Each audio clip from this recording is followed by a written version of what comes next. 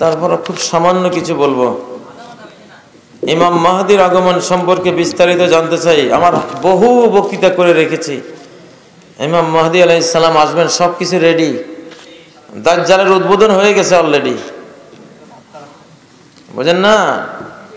ইহুদিরা খ্রিস্টানদেরকে বুঝিয়ে দিয়েছে যে ঈসা আলাইহিস সালাম আকাশ থেকে অলরেডি উনি চলে আসছেন।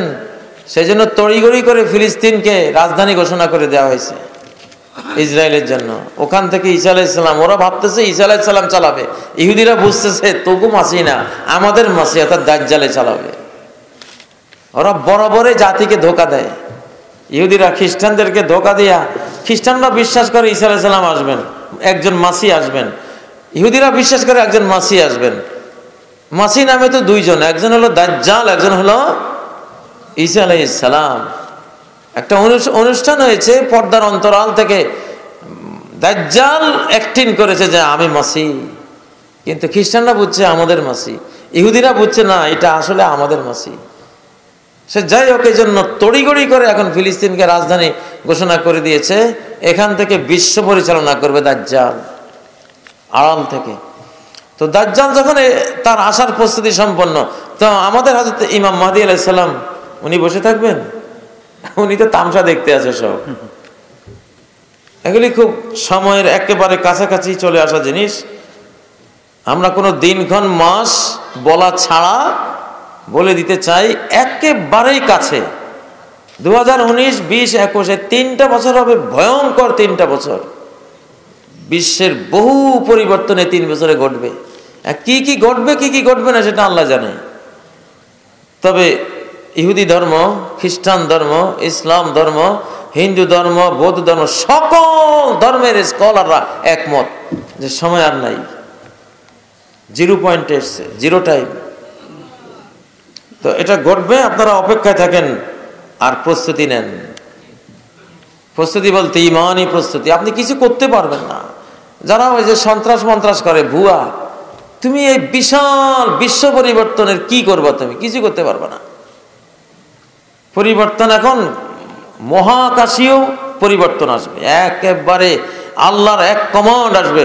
এরা দিছে নিউ ওয়ার্ল্ড অর্ডার, আল্লাহ দিছেন নিউ খেলাফত অর্ডার। এখন কার অর্ডারের ক্ষমতা আছে সেটা প্রমাণ হবে সামনে।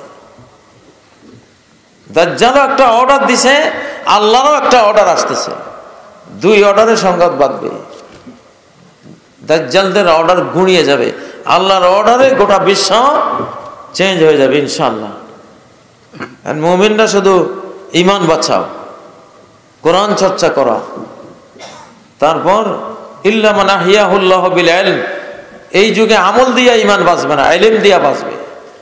সারা দিন ইলম চর্চা করো, সারা দিন ইলম চর্চা করলে ঈমানটা টিকবে, না টিকবে না। সারা দিন পড়তে হবে, কোরআন পড়তে হবে। আমি দেখি আমি যখন সারা দিন আইপ্যাডটা শুধু ঘুম বাদ দিয়া যতক্ষণ সচেতন থাকি চলছে, তখন ঈমানটা তাজা হয় ভিতরে। কারণ আমল করার তো সুযোগ নেই, কিন্তু ইলম দিয়ে ঈমান বাঁচাবার সুযোগ আছে। এই জন্য ইল্লা মান আহইয়াহুল্লাহু বিল ইলম, ইবনে বাজার তাবারানী রওয়ায়াতে এসেছে, ফিতনার যুগে সেই ঈমান বাঁচাতে পারবে যাকে আল্লাহ ইলম দিয়া হৃদয়টা জিন্দা করে দেবে। কি দিয়া? ইলম দিয়ে। আমল কই? আমল কি করতে পারবা? সুযোগ আছে কোনো? তুমি ব্যবসায়ী হলে বাজারে যাও যে আমি কোনো ভেজাল ব্যবসা করবো না, তুমি পুঁজিও হারাইবা, দোকানও হারাইবা, সর্ব হারাবে ফিরবা, সবই শেষ।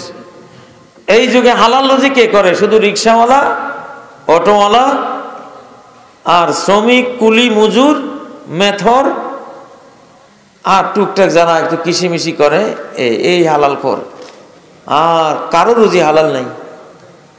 লা তুনালুল মাঈশা ইল্লা বিমাআসিল্লাহি আযজা ওয়া জাল। যেখানে নবীজির হাদিস, যেখানেই উপার্জন করতে যাইবা সেখানে পাপ করতে হবে তোমারে। স্কুল, কলেজ, ইউনিভার্সিটিতে প্রফেসর হয়েছে ডক্টরেট ডিগ্রি নিয়ে, ছেলে মেয়ে একসাথে, প্রতি ক্লাসে টনে টনে পাপ করতেছো।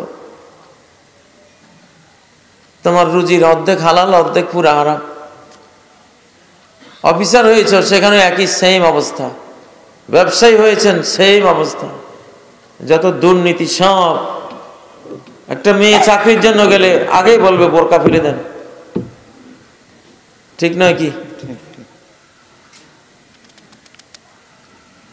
গার্মেন্টসে দিয়েছেন ছেলে আর মেয়ে একসাথে হইতে হবে, শুধু মেয়ে হবে না।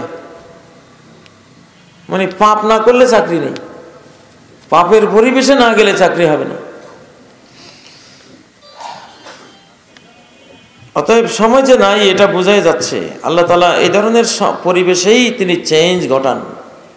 আগে যেমন নবীজির আগমনের আগে সারা ওয়ার্ল্ডের তৎকালীন মনীষীরা বলতো একটা পরিবর্তন এখন হবে, আল্লাহ একটা পরিবর্তন করান, আর পারা যাচ্ছে না।